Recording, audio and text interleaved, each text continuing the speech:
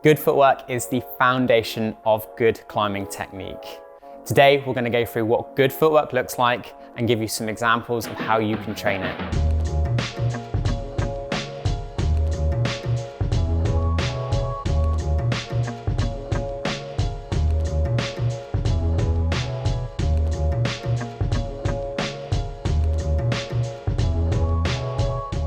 Today, I've got Coach Maddie Cope with us, and Maddie has, of course, got flawless footwork, so the perfect person to talk us through why footwork is so important to our climbing.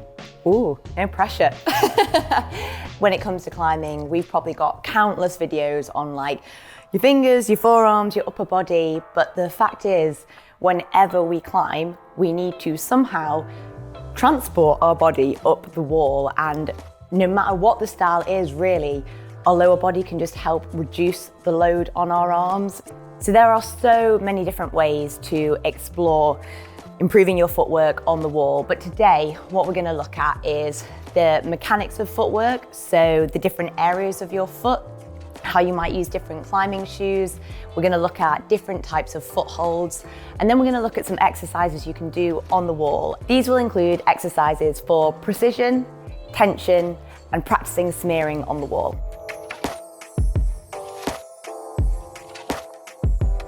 So we're going to start by just looking at some of the different parts of the shoe. We're mainly going to be looking at the toe box of the shoe. If you do want to know more about things like the heel of the shoe and heel hooking, then please do check out our video on that. So when it comes to the toe box and we're thinking about our footwork, there are sort of four main areas. So we've got the very tip of the toe, or the edge. We've got the outside edge, so that'd be the curve on the outside of your body, the inside edge, and also the sole. So when it comes to using the very edge of your shoe, the very front of your toe, one situation where this could be really useful is if the foothold is really small, because this is then the smallest part of your shoe. If we are thinking about the outside edge of our shoe, this can be really useful when we are stepping through to a hold. When it comes to the inside edge, this can be really useful if the foothold we're wanting to put our foot on is actually positioned a little bit away from our body. So it'd be quite hard to get our weight over the foothold if our foot is on the front, and we definitely wouldn't be able to get the outside edge on. And when it comes to the sole of the shoe, this can be really useful on lower angles when the footholds are sloped. So we really want to look to get as much surface area on the foothold as possible. So there are a number of different hold types that we might be looking to apply our footwork to, and two of the main types that we often see are edges and slopers. When it comes to edges and slopers, one of the things that can drastically change our performance on these types of holds is our shoe choice. The main difference being that we tend to use stiffer shoes on edgy holds and more soft shoes on slopey holds.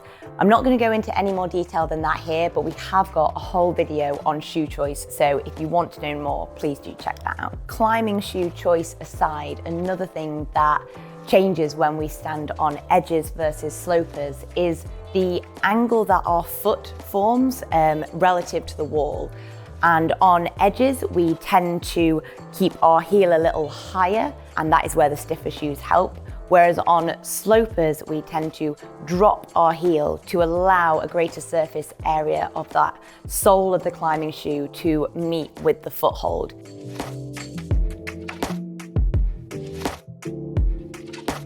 One of the factors when it comes to practicing our footwork is precision, and there are a few different elements to this.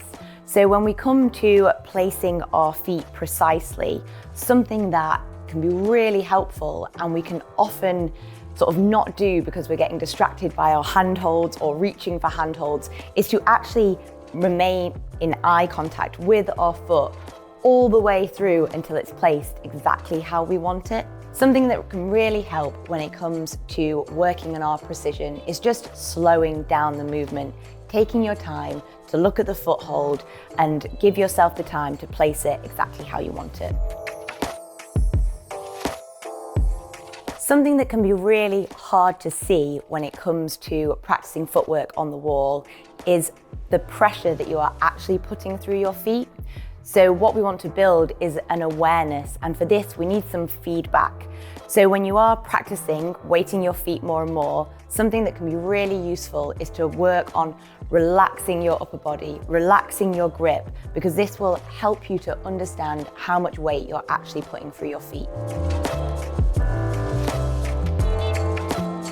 So as we've already established, good footwork goes way beyond just slab climbing, and something that we hear when it comes to footwork on steeper walls is the term toeing in. So what does this mean? Toeing in is the sort of process of using your foot in a really active way to almost claw on the foothold and really bring your hips into the wall.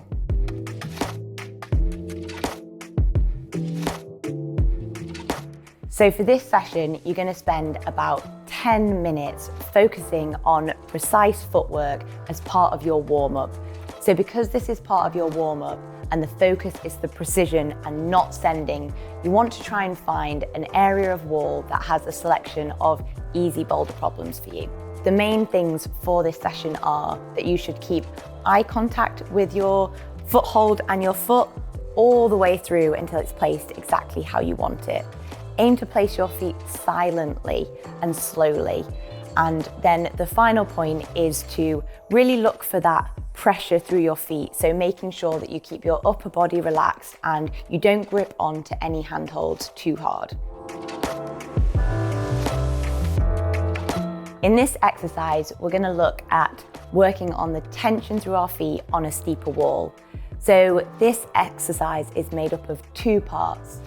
The first part is traversing your feet around onto different footholds whilst keeping your handholds static. So this gives you the opportunity to explore different foot positions as well as that toeing in motion on footholds. For the second part of this exercise, you're going to choose a steep boulder problem that's relatively easy for you.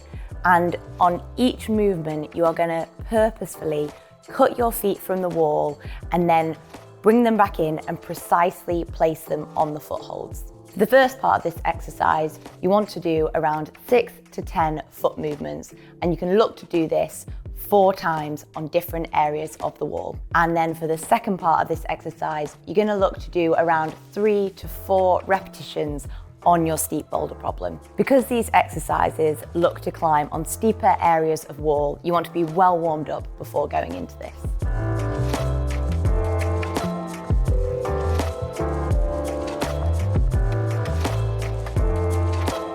A really useful exercise to make sure that we are weighting our feet is one-handed or even no-handed climbing on a slab. This should be on easier angled wall and does not have to be on any set boulders. You can use whatever color you want, and it's a really nice opportunity to get a little bit creative with where you send your feet. Although this exercise really looks to work on weighting your feet, it often depends a lot on the position of your hips. So when you're trying to work out these movements, thinking about where your hips are relative to your feet is a really good cue. This is something that you can look to do for around 10 to 20 minutes. And remember, just because you're not using your arms doesn't mean you don't need to rest. So there you have it, some great examples about how to go away and train your footwork. No excuses, go get it done. This has been part of our Fundamentals series. Don't forget, we've got more episodes of Fundamentals, so go check them out. If you enjoyed this video, please like and subscribe, and we'll see you next time.